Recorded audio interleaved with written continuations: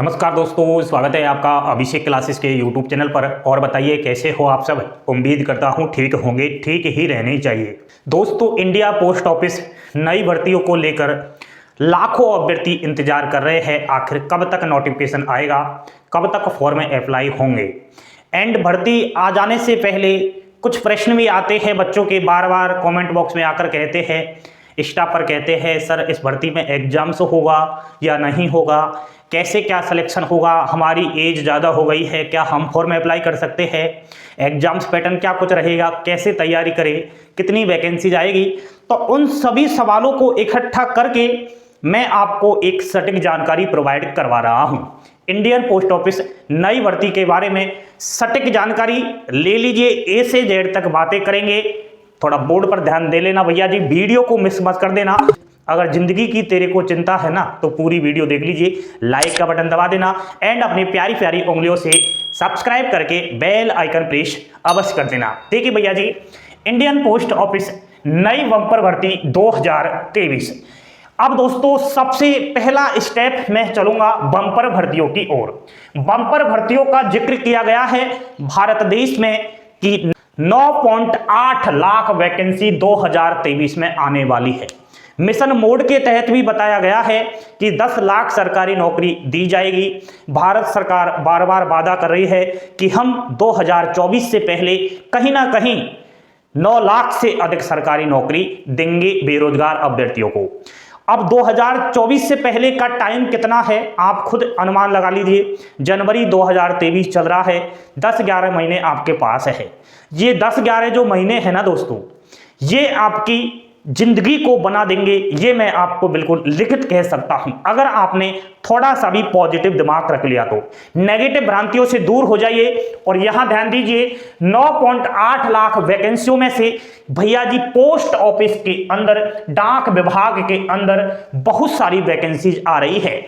स्वीकृत पद की अगर मैं बात करूं तो 2,67,491 स्वीकृत पद चल रहे हैं। और खाली पदों का अगर मैं डाटा बताऊं तो 90,050 पद खाली चल रहे हैं इंडिया पोस्ट ऑफिस में।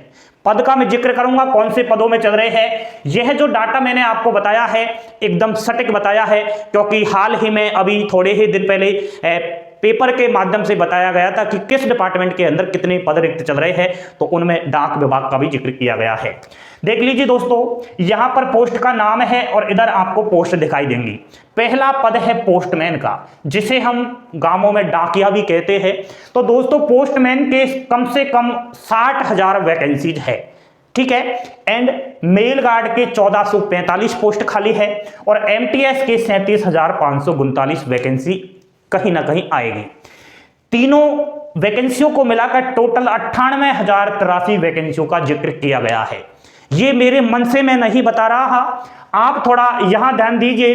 ये जो शॉर्ट नोटिस आया है ऑफिशियली वेबसाइट पर इंडिया पोस्ट ऑफिस की पर, यहां बताया गया है अलग अलग सर्किल वाइज कि कौन से सर्किल में कौन से पद पर कितनी कितनी रिक्त वैकेंसीज है। और कहीं ना कहीं ये जो है अपने अपने सर्किल वाइज बोरा भेज दिया है कि हमारे यहाँ पर इतनी वैकेंसीज खाली है, ठीक है। इसी से हम आकलन करेंगे कि नोटिफिकेशन कब आएगा। तो दोस्तों नोटिफिकेशन का अगर मैं बताऊं तो मार्च तक आपका नोटिफिकेशन खिंच सकता है। बिल्कुल सटीक जानकारी दे रहा हूं। लेकिन अब मार्च को सुनकर क्या करते हैं बहुत सारे अभ्यर्थी, पागल हो जाते हैं, सोचते हैं पता नहीं वैकेंसी तो आ ही नहीं रही है, काफी दिन से हम ऐसे ही सुनते आ रहे हैं, मार्च कभी अप्रैल कभी कुछ वैकेंसी, आखिर कब आएगी। दोस्त अगर आपने तसल्ली से कुछ सीखना समझना और आगे बढ़ना सोच लिया ना, तो एक ना एक दिन वो सोच आपकी जिंदगी बनाएगा। नोटिफिकेशन आने से पहले कभी आपने सोचा है कि मुझे ये वैकेंसी कैसे लेनी है, आखिर इसमें नौकरी कैसे लेनी है? बिल्कुल नहीं सोचा होगा। और नोटिफिकेशन आ भी जाएगा और फिर आप मेरे से सवाल करोगे बार बार, सर कैसे क्या करें। हड़बड़ाहट में कुछ नहीं होगा, थोड़ा ध्यान दे लीजिए। मैंने आपको बताया है सर्किल वाइज यहाँ पर पोस्ट की जानकारी अभी, ठीक है। अब अगर आप पोस्टमैन के लिए फॉर्म अप्लाई करोगे तो इसमें एज लिमिट के बारे में बहुत सारे भाई बहन पूछ रहे थे, सर पोस्टमैन की आयु सीमा क्या रहती है? तो अगर आप लोग अनरिजर्व एंड ईडब्ल्यूएस कैटेगरी से हो तो 18 वर्ष से 27 वर्ष आयु जरूरी है। एंड दोस्तों ओबीसी कैटेगरी 18 वर्ष से 30 वर्ष है। एससी एसटी फीमेल के लिए 18 वर्ष से 32 वर्ष एज रखा गया है। क्वालिफिकेशन पोस्टमैन की 12वीं पास है। अब देख लीजिए 12वीं पास है, 10वीं पास नहीं है। सोशल मीडिया पर पागल बनाने का धंधा चल रहा है बिल्कुल, ठीक है ना। कोई 8वीं पास वैकेंसीज है। अगर आपको पोस्टमैन बनना है तो 12वीं की मार्कशीट होना जरूरी है। नेक्स्ट मेल गार्ड, अगर मेल गार्ड के लिए फॉर्म अप्लाई करोगे तो इसमें एज रखा गया है अनरिजर्व ईडब्ल्यूएस 18 से 27 वर्ष, ओबीसी 18 से 30 वर्ष, एससी एसटी फीमेल 18 से 32 वर्ष, क्वालिफिकेशन 12th पास इसमें रखा गया है। 10वीं पास तो इसमें भी नहीं है, ठीक है। अगर दोस्तों आप एमटीएस में फॉर्म अप्लाई करना चाहो, मल्टीटास्किंग स्टाफ डाक विभाग के अंदर बनना है, बेस्ट नौकरी है, छोटी मोटी नौकरी मत समझना। इसमें जो एज रखा गया है अनरिजर्व ईडब्ल्यूएस 18 से 25 वर्ष, ओबीसी 18 से 27 वर्ष, एससी एसटी पीएच फीमेल 18 से 30 वर्ष और क्वालिफिकेशन दोस्तों इसमें 10वीं पास है। ये 10वीं पास वाली वैकेंसीज है। इनके अलावा दोस्तों जीडीएस की भी भर्ती आएगी। जीडीएस की भी 10वीं पास है, लेकिन जीडीएस और इस वाली भर्ती में धरती और आसमान का फर्क है। जीडीएस में तो केवल 10वीं की परसेंटेज को देखकर सीधा सिलेक्शन हो जाता है, ना कोई एग्जाम्स होती है, ना कोई फिजिकल वगैरह होता है। लेकिन यहां आपकी एग्जाम्स होगी, यहां सीधा मेरिट नहीं बनेगा, ठीक है। क्या कुछ होगा थोड़ा ध्यान देना। देखिए दोस्तों अगर वैकेंसी आए उससे पहले इंपोर्टेंट डॉक्यूमेंट्स मैं आपको बता रहा हूं।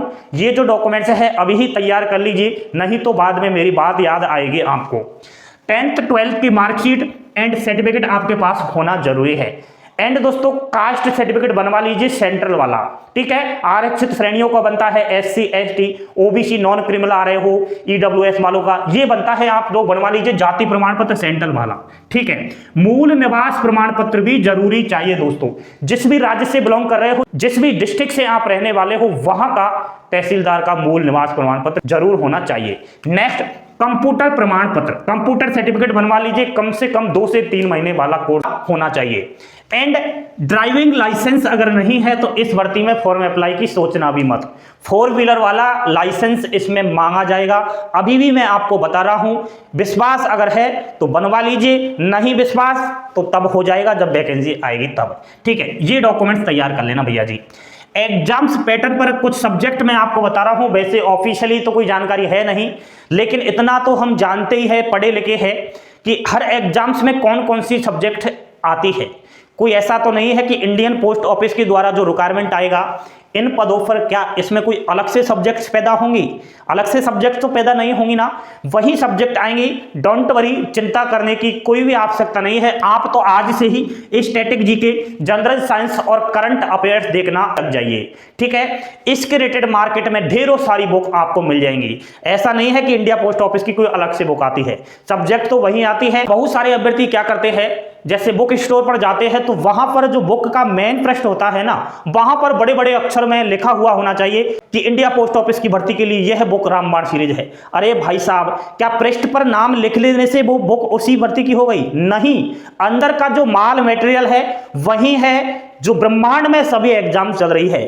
और क्या कहूं आपको दोस्त, क्यों पागल बनते हो पढ़े लिखे होकर? कोई सी भी बुक से आप जीके पढ़ना शुरू कर दीजिए। बार बार बच्चे पूछ रहे थे सर क्या पढ़े, आप ध्यान दे लेना। रीजनिंग देखने लग जाइए, मैथ्स भी देखने लग जाइए, हिंदी और इंग्लिश। अब हिंदी इंग्लिश में आपको ग्रामर देखनी है, व्याकरण। एंड दोस्तों बेसिक पोस्टल नॉलेज। अब बेसिक पोस्टल नॉलेज के रिलेटेड गूगल पर बहुत सारा स्टडी मटेरियल पड़ा है, यूट्यूब पर पड़ा है। आजकल तो दोस्तों सोशल मीडिया का क्रेज है, थोड़ा सा आपने क्लिक किया लाखों वीडियो निकल कर आ जाएंगी। फिर इतना टेंशन क्यों ले रहे हो? आप पुराने जमाने के थोड़ी इंसान हो। ये जो सब्जेक्ट बताई है ना, इनको पढ़ने लग जाइए, नोटिफिकेशन को भूल जाइए, ठीक है। हमें चिंता है नोटिफिकेशन कब आएगा, आपको चिंता है कैसे सिलेक्शन लेना है, और जल्द से जल्द नोटिफिकेशन आने वाला है। अब बिल्कुल देरी नहीं होगी, ये सटीक जानकारी आप ले लीजिए। मैंने आपको आंकड़ा बता दिया है मार्च तक का, ठीक है। अब सिलेक्शन कैसे होगा? तो दोस्तों इसमें रिटन एग्जाम्स होगा एक, और रिटन एग्जाम्स के बाद मेडिकल हो जाएगा। कोई फिजिकल वगैरह का तो इससे सिस्टम है नहीं, बाकी डॉक्यूमेंट वेरिफिकेशन हो जाएगा, ये डॉक्यूमेंट्स बनवा लीजिए। और दोस्तों एक और बात, आपको जिस सर्किल से फॉर्म अप्लाई करना है उस सर्किल की लोकल भाषा का ज्ञान होना जरूरी है। जैसे कि आप बिलोंग कर रहे हो राजस्थान से, तो राजस्थान की लोकल लैंग्वेज हिंदी है, तो बाकी जो हिंदी भाषी राज्य है ना, वहां से ही आप फॉर्म अप्लाई कर सकते हो। ऐसा नहीं है कि आपके राज्य की भाषा हिंदी है और बाकी राज्य की भाषा तेलुगु है। कैसे अप्लाई करोगे? तो लोकल लैंग्वेज का इसमें देखा जाता है। मूल निवास प्रमाण पत्र तभी मांग रहे हैं कि कहां से बिलोंग कर रहा है। ठीक है, तो आप बहुत सारे राज्य है हिंदी भाषी, तो वो देख लेना, नोटिफिकेशन आएगा तब हम आपको सारी जानकारी दे देंगे। वो सब तो फॉर्म अप्लाई करते टाइम की बातें हैं। ये है दोस्तों आपके प्रश्नों का जवाब। ठीक है, अब तुम्हें निर्णय लेना है कि हमें माता पिता का सपना पूरा कैसे करना है, भविष्य किस प्रकार बनाना है, और नेगेटिविटी से दूर रहोगे तो ही कहीं ना कहीं जिंदगी बनाने की ओर अग्रसर बढ़ोगे। ठीक है, मेरा मकसद है कि मैं आपको समय समय पर मोटिवेशन दूं, समय समय पर कुछ ऐसी बातें बताऊं जिससे कहीं ना कहीं आपके दिमाग को ऊर्जा मिले। बहुत सारे नेगेटिव भ्रांतियां भी रहेंगी, मुझे पता है। तो अब जानकारी आपको मिल गई है इस रिक्वायरमेंट के बारे में। बने रहिए इस चैनल के साथ, पल पल की अपडेट आपको दी जा रही है। कोई आपकी समस्याएं अगर रहती है तो इंस्टा और व्हाट्सएप पर संपर्क कर लेना। थैंक यू, धन्यवाद दोस्तों। जय हिंद, जय भारत।